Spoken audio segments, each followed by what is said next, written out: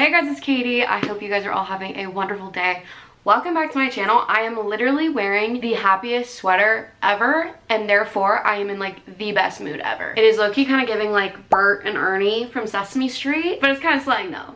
No? Obviously, we just started a new year, and I feel like this is the perfect time to talk about books that will make you love reading or make you get into reading. Just because I know a lot of you guys have New Year's resolutions or know people who have New Year's resolutions of wanting to read a book this year or wanting to read 10 books or 20 books or whatever it is. So if you're looking for a book recommendation, I'm your girl. I got you. These books are specifically going to be perfect for people who are starting out in their reading journey, or if you're looking for something to get you out of a book slump. They're all very fast-paced, very intriguing, and I'm mainly going to be talking about romances today just because for your first read or for a read that's going to be fast-paced and quick and stuff like that, I feel like fantasy personally doesn't fit into that category. I do want to make a separate video about fantasy, so like basically this version, but a fantasy version, so let me know if you guys are interested in that. And I also have like one mystery thriller because I'm starting to get into those a little bit too this year. So that's that on that. And before we begin, number one, my bookshelves be looking a little crazy right now just because I may or may not be working on new bookshelves, and I also have a ton of books on the floor that aren't on there, so don't mind that. And then also don't mind the fact that my Christmas tree is still up. I'm going to keep my Christmas tree up until my birthday, which is February 2nd. Sue me. Let me have some joy, okay? And I'm pretty sure every single book I'm going to talk about today is a standalone, or it's like an interconnected standalone, but you can just read the one. You don't have to continue the series. So you don't have to feel the pressure to like finish a series or get into a series or anything like that with reading any of these. We're going to start out by talking about Lynn Painter. Lynn Painter is the queen of fast-paced rom-coms. If you're looking for a book that makes you feel the same way that your favorite like 2000s rom-com does, Lynn's your girl. I have 3 books right here that I have thoroughly enjoyed from her. Mr. Wrong Number is the only contemporary romance. These two are both YA. We have Betting on You and Better Than the Movies. Mr. Wrong Number is basically about a girl whose life just kind of like blows up in her face, and so she has to restart. She goes back to her hometown, and then she just kind of has to figure out life as it goes. We've got Brother's Best Friend trope in here too, which I absolutely love. I don't want to say too much because this one is like very easy to give away, but I'm sure you can tell by the title what's going on. This is also a contemporary romance, so if you're not into like young adult and you want something more adult, maybe with like a little bit of spice and stuff like that, there's not too much in her books, but there definitely is some. And even though it's a contemporary romance, I flew through this one at the exact same rate that I flew through both of these. This is an interconnected standalone. I haven't read the second one yet, but I definitely want to because I just love her books. I just love her books so much. Then the next two are young adult, so that means that they have no spice in them. So we have Betting on You, and then we have Better Than the Movies. I'm gonna talk about Better Than the Movies first because this is a 5-star read for me. This is one of my favorite books like ever. This is the book that truly surged my love for reading so much that I started reading more than one book a month, and it kind of just catapulted everything from there. Better Than the Movies is about a girl named Liz, and she wants this guy to ask her to the prom, and she basically sets up this bet with her neighbor Wes for him to help her achieve that dream. And I actually had a friend just recently read this, Hey Brooke, and she absolutely loved it. And she's read a few other books, but this has definitely been her favorite so far. I cannot recommend this book enough. It's enemies to lovers. They go to a prom, they do prom dress shopping, they go to basketball games. Like, it's so YA, but in the best way. With both of these books too, there's so many real elements involved, so it's not like too corny or too rom-com-y, you know what I mean? Like, they feel like real people still, but it also just takes you back to those moments whenever you were in high school thinking about your first love and how that felt. And I don't know, I love this book so much. This one specifically is about Bailey and Charlie. This is friends to lovers, co-workers trope, and basically they meet each other a while ago and then they end up working together, and there's also some fake dating in here. It's just very, very cute. And this one also talks about divorce. They both have divorced parents, so they get to connect on that level. And even though these two books are both YA, I would literally recommend them to anybody. I just cannot recommend Lynn Painter's books enough if you want something super fast-paced, rom-com-y, and just like fun to read. Okay, and then I believe the only other YA book that I have to talk about is actually like the thriller mystery that I was mentioning earlier, which is The Naturals by Jennifer Lynn Barnes. This is also the only book that is a part of a series. I've only read the first one so far. I have the second one back there because I definitely want to get into it more. This book is described as a young adult Criminal Minds, and I feel like that is all you really need to know. And since it is young adult, it's not going to be too graphic or too scary. Let me tell you what, I'm a scaredy cat. Did I get scared of this book? I did. I really did. I'm not gonna lie to you. But I know so many people who are just like normal scary tolerance. I don't know. I guess we'll go with that. Normal scary tolerance. They probably didn't even get scared of this at all. There are 4 books in this series and then a novella at the very end, but I don't know, I highly recommend just because I literally finished this in 2 days and I flew through it. And since it's a YA, the writing is just like a lot bigger than a normal like contemporary or adult novel. And the story was just so intriguing. Every chapter left you off on a cliffhanger. Like you just wanted to keep reading more to know what happened. And that is the best part about a thriller mystery, in my opinion, is you're just so intrigued and so like tuned into the book. You don't want to do anything else besides finish it. And I feel like for your first read, especially if you're not like as in a romance or you don't want to start with a romance, I highly recommend this book. I cannot talk about it enough. Next up, we're going to talk about the author Sarah Adams. I've read 2 books by her. I've read The Cheat Sheet and When in Rome. Both of these books have no spice, and this one is a standalone. This one is an interconnected standalone. I haven't read the second one yet, but again, since they're interconnected standalones and not a part of a series, you don't really have to, and you can read them out of order too. It doesn't really change anything. The Cheat Sheet is a sports romance, and it's a football sports romance, which I really enjoyed. And the 2 main characters in this book are best friends. They've been best friends for like ever, and then they had a falling out, and then they became friends again as adults. The main girl is also a dancer, and there's so many things that happen in this book that are just so cute and just fun and wholesome and lighthearted too. Like she writes some great rom-coms, but they also have some nice real elements too. And what this guy does is he literally writes a cheat sheet on how best to win his girl best friend over because he's in love with her. And I just thought that was absolutely so precious and genius. And his like team of football players like help him write the cheat sheet, and just picturing a ton of men around the whiteboard, especially like big football players around a whiteboard just sitting around like coming up with ideas of how best to like woo a woman, you know what I mean?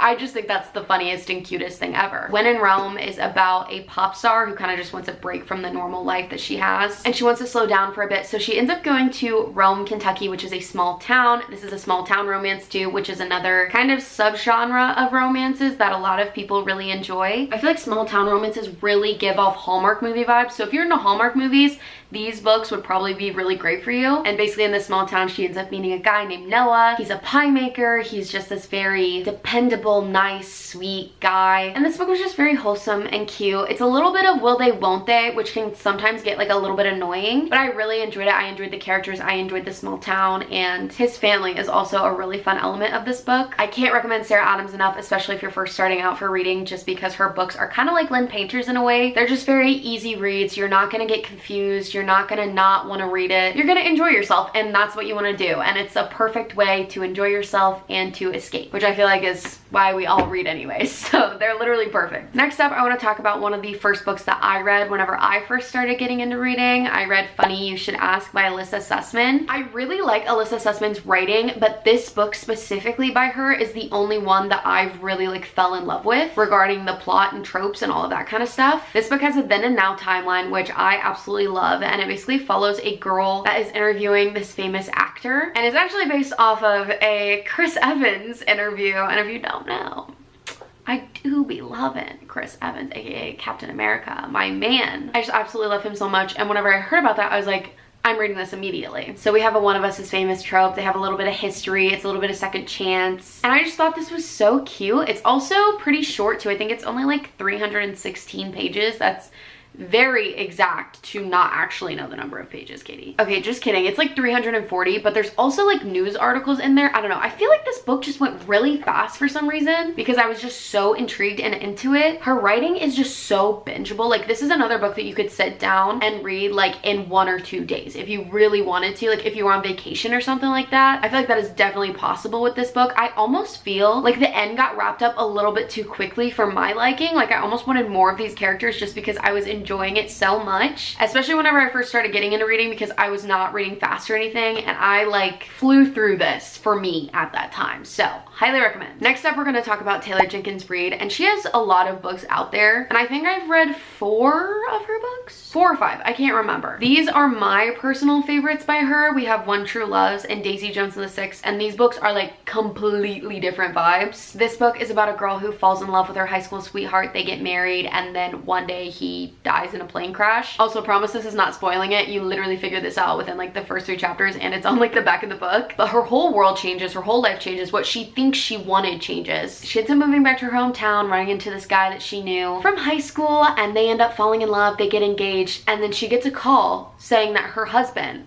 is alive. It's literally insane. I absolutely ate this book up. We have a love triangle, which I know some people don't like, but I feel like it was done very well. It was such an interesting concept too. And I just found myself, I was like, who do I like root for, you know? And it's crazy too because she lived 2 lives in such a short amount of time, and no matter who she chooses, she's going to be a completely different person. I just love this book. Very interesting, very heartbreaking too, and sad just because the plot is kind of heartbreaking and sad. I remember I recommended this to my mom and she texted me whenever she was like finishing it, and at the very beginning whenever like stuff was going down, she was like, why did you give me this book? I'm crying. And I was like, yeah mom, like that happens, you know? So this is definitely a book that's gonna make you feel things. And then we have Daisy Jones and the Six, which honestly, this isn't a romance. This is more of like a historical literary women's fiction book, but it is the most unique and one of my favorite books ever. It's basically about a band in the 70s, and it's loosely based on Fleetwood Mac. There's a ton of drama, and it's about how they become a band, become like one of the biggest bands in the world. There's also subplots of romance in here, which I absolutely loved. And there's also characters that like you shouldn't like, but you do just because they're so real and authentic. And it's also a show, and there's a soundtrack, and the songs that are in the book come alive through the soundtrack. So highly recommend watching the show after you've read the book, but listening to the music while you're reading the book. And I wish I could have done that because I read the book before all of that kind of came out, or at least before like I watched it or listened or anything like that. I think it would have made the reading experience 1,000 times better, even though it was still great. It's also written kind of like a screenplay, so you get point of views from literally everybody. I don't know if you can really see that, but there's blurbs from so many different characters, and I absolutely love how you get so many point of views in this book, and it's not confusing at all even though you get so many point of views. I just absolutely love this book so much, and I flew through it just because I thought it was so interesting and I'd never read anything like it. So these are the 2 Taylor Jenkins Reid books that I really recommend. These are highly rated by me. I love these books. A lot of people love a lot of other books by her, and I think the only other one that I truly have really enjoyed is Carrie Soto Is Back, but I wouldn't recommend that for a first-time reader. And the other ones I just haven't enjoyed as much as these. Next up, we have an author that I absolutely love, that I have read almost everything she has written besides her newest release, and that is Miss Ali Hazelwood. Right here I have all the books that I have read. We have Love Hypothesis, Love Theoretically, and Love on the Brain. And then I also read her STEMness novellas. These are all about women in STEM falling in love. Love Hypothesis, I can't say it. Love Hypothesis specifically kind of changed the game for me. I read this when I think I had only read 2 other books, and this was the first book that I ever stayed up like super late finishing because I was just so into it. I think I stayed up until like 3 a.m. because I just didn't want to put it down. I wanted to know what happened. Like I said, these all involved women in STEM. This one specifically has a fake dating trope. He's a professor, she is like a PhD student, and these are just so cutesy and fun, and the girls in these are always very like quirky and a little weird, but I love it that way. This also made me discover how much I love fake dating, even though fake dating always ends the same way. I mean, all romance books most of the time do, but I just eat it up every time. Also got a little Grumpy Sunshine, Enemies to Lovers, and I don't know, Adam Carlson, he is everything, okay? Love on the Brain, you also have an Enemies to Lovers type thing going on, but it's at NASA, which is kind of cool. This is probably my least favorite of her books, but I still rate it a 4-star, like still a very good book. And then Love Theoretically, I honestly kind of want to reread because I was reading this while I was reading a fantasy book kind of as a palate cleanser, and I honestly like don't remember much from it, but I remember like liking what I do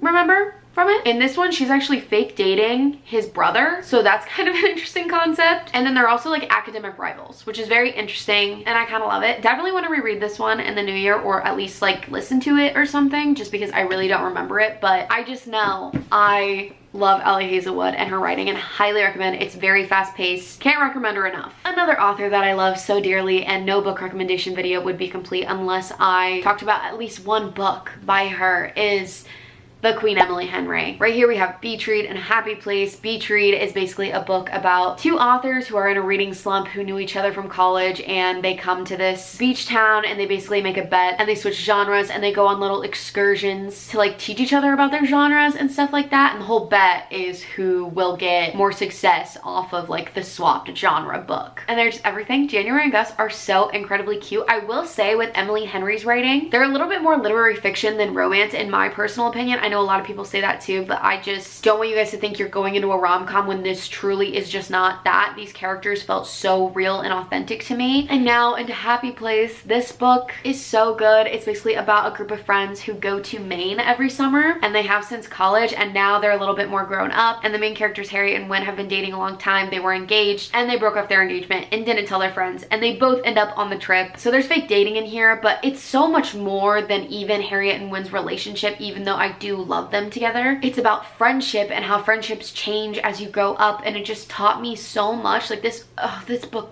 ripped my heart out whenever I read it. It was just so good. It was just so good. If you're in your 20s especially, this is all about how friendships change over time. You need to read this book. I love this woman. Okay, and then I have 2 more books for you guys. The next book is The Dead Romantics by Ashley Poston. Her writing reminds me a lot of Emily Henry's. It's more of like literary fiction, women's fiction, but it has a heavy subplot of romance in it. This also has a heavy sense of magical realism that might be better if you read it in the fall time.